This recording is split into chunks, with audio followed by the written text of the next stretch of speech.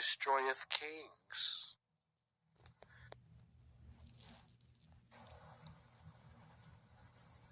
It can be the beginning of a spiritual battle, a long spiritual battle, drawn out. Lemuel, strong drink is not for kings. Chapter 31, wisdom for leaders. Proverbs, chapter 31, wisdom for leaders. The words of King Lemuel, the prophecy that his mother taught him. What, my son?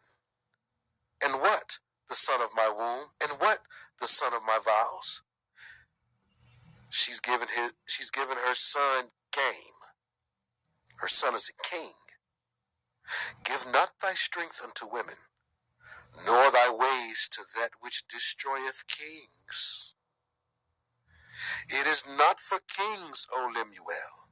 It is not for kings to drink wine, nor for princes strong drink.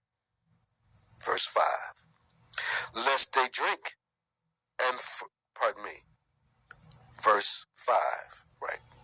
Lest they drink and forget the law, and pervert the judgment of any of the afflicted. As a king, you got too many things to do and too many people counting on you for you to be taking a sip or a nip. But listen, verse 6, you see, give strong drink unto him that is ready to perish.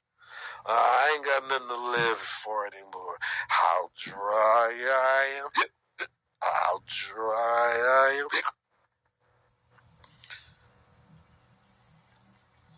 Give strong drink unto him that is ready to perish, and wine unto those that be of heavy hearts in despair. Pour me another one.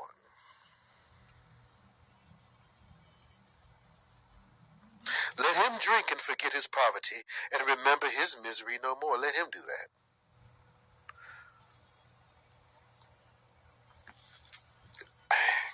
I didn't write the book. I just tell you what it says. Chapter 31, verses 1 through 7. Okay, now let's move on. Let's go back. Generational curses. Generational curses. So now, look here. So, the fathers shall not be put to death for the children, neither shall the children be put to death for the fathers. Every man shall be put to death for his own sin. But the wages of sin is death. Now, let's look at Exodus and Deuteronomy. Genesis, Exodus, Deuteronomy, the first three books of the scripture. And in the second book and in the third book, if you don't rightly divide, it can seem to be a contradiction. In Exodus 34 and 7, it says, keeping mercy for thousands, forgiving iniquity and transgression and sin, and that will by no means clear the guilty. The Lord ain't nobody gets away. Some of you be so concerned with, I want to see so-and-so get punished. I want to see that old reprobate pay for what they did to me. I can't believe it. I can't believe the Lord's going to let him get away with that. You don't know the Lord like I know. Because nobody gets away. Nobody gets away, and can't nobody get the guilty like God. Nobody can get the guilty like God. God to get them in a way that you're unable to get them. Give them some sort of new disease. God to get them in a way you're unable to get them. Calls for a function of theirs to be malfunctioning. God to get them like you can't get them. And not for no play either. When he get them, they're got. When he decides the punishment, it's fitting, it's fair, and it's going to be long enough. So, keeps mercy for thousands. He forgives iniquity and transgression and sin. And he will by no means clear the guilty, visiting the iniquity of the fathers upon the children and upon the children's children unto the third and to the fourth generation. So again, if you are living right, if you are doing all that you can to please God, you may still be challenged by something generationally, but you should be able to dispatch that generational challenge expeditiously, with haste, and without a second thought.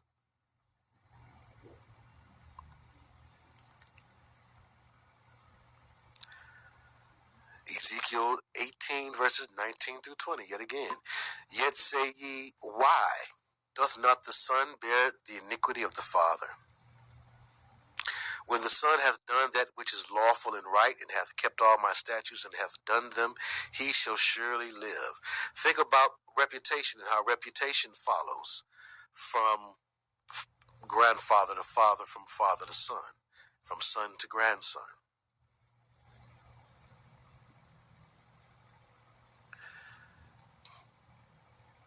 These things follow. A good name is great to be had according to Scripture. Things that follow you, like the generational curse. So now, everyone who's experienced a generational curse or under one, or has been under one, didn't do so because they were a part of Project Monarch. Didn't do so because they were a part of MK Ultra, Bluebird, one of the other projects. Some people grew up in situations where there's no one around them that's Masons or people of renown, lofty titled people.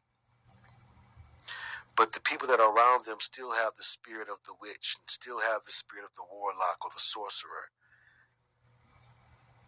And so by default, they are driven by witch spirits, and as vessels for those spirits, these people become, for all intents and purposes, witches themselves. I've seen this happen. It was the most curious thing to me. Someone who I know wasn't well read or well versed in the things of the occult. Someone who probably wasn't very familiar with the word. But yet their disposition, the way they grew up, the way they were treated, the abuse they suffered, the hardness of their environment, all of these things culminated, and then they met someone who was a practitioner of down south voodoo. And this person gave them the game, so to speak. And they took that little bit that they were shown, and they ran with it because they already had the spirit within them, I believe. The spirit of Lilith or Jezebel was already there. And so acquiring some knowledge on top of that spiritual inspiration really drove this person into behaviors that are classic textbook MK Ultra type behaviors.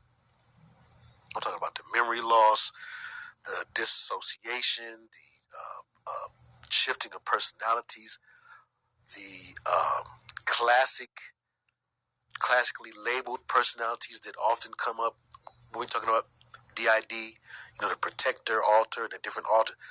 All of these things were there and present. And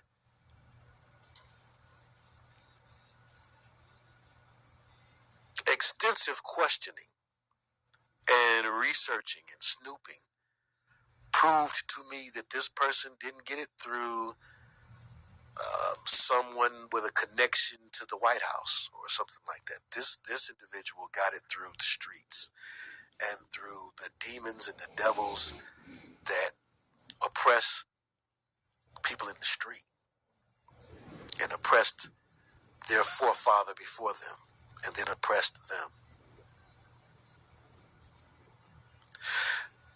But again, had this person not been in an environment where negativity was exalted,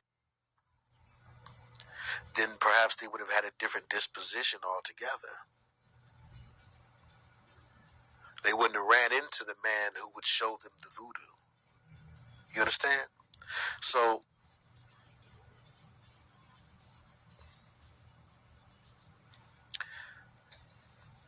there are many similarities between the MK Ultra version and the real life version, but there are 5 key things that I want us to look at here. And yeah, this should have scrolled, I guess. But there are 5 key points I wanted to list. Did I list them? Yes, here they go. And here they are. Freedom from bondage, grace and law, or grace versus law. Generational curses in real time, MK Ultra, and unofficial mind control. Both require these 5 things. Number 1, what seems to always be a theme is some sort of parental displacement, foster care, adoption,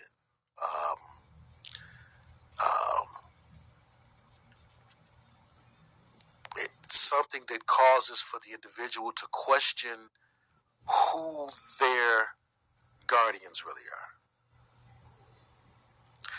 And that's to take away a sense of security and identity and self-identity and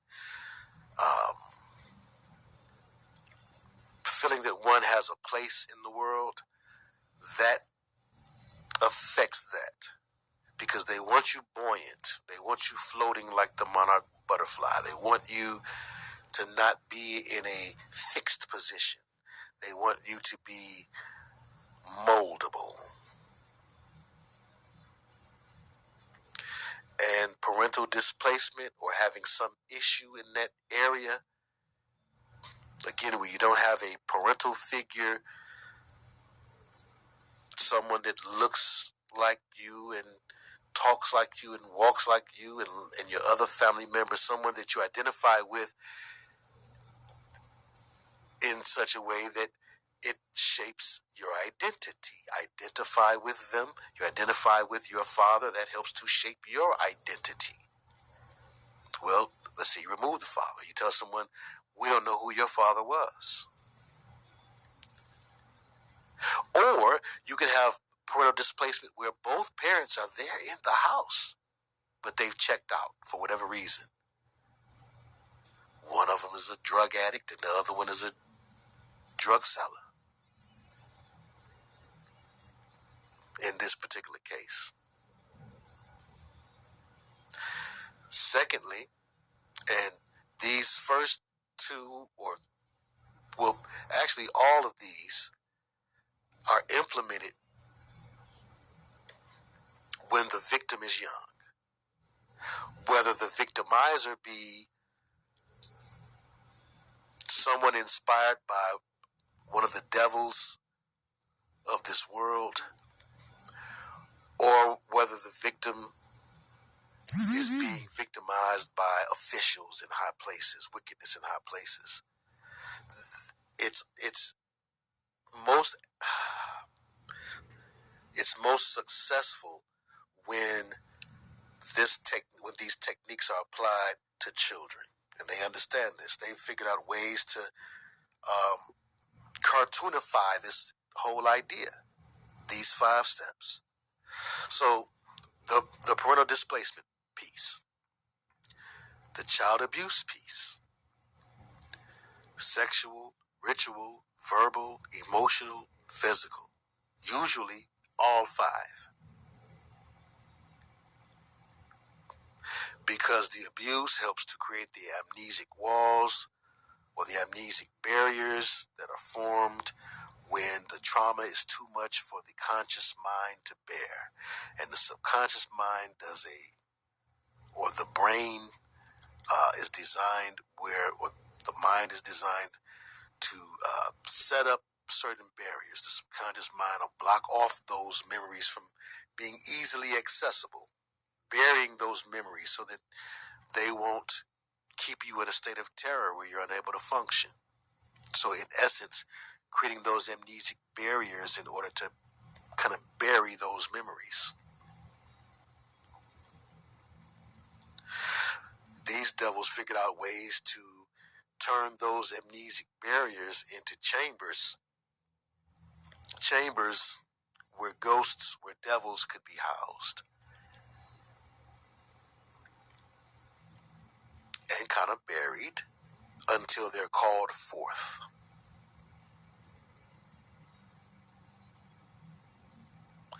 This is what we see like in the Born Identity, even in the Winter Soldier. Wasn't Bucky like that? Bucky was very much so like that in one particular scene with the Russian guy was programming him using verbal cues, right?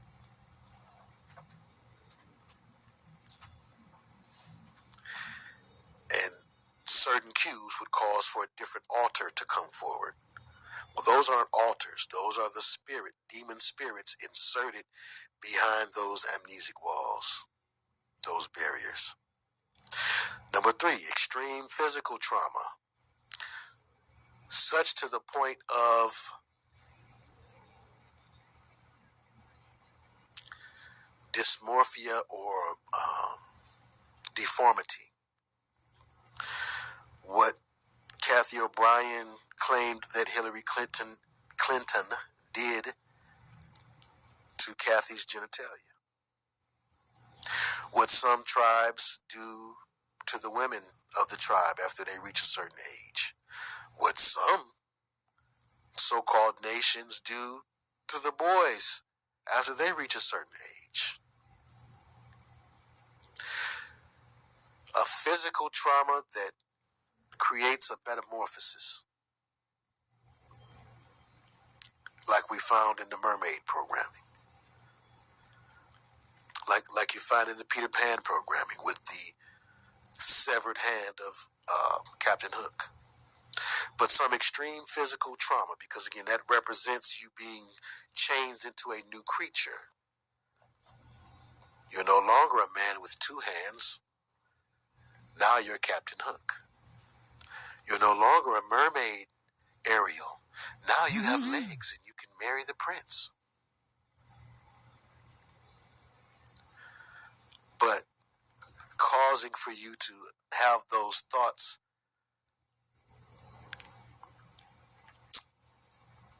from out of the delusion that can follow extreme physical trauma. Okay? So they put you in extreme physical trauma, then they present you with these delusions. Speaking these things over you, while beating you simultaneously.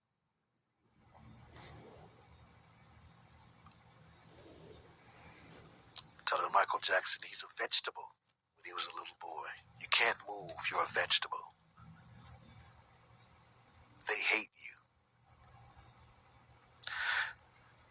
And you see, he went into the metamorphosis thing, did he not? Psychological torture.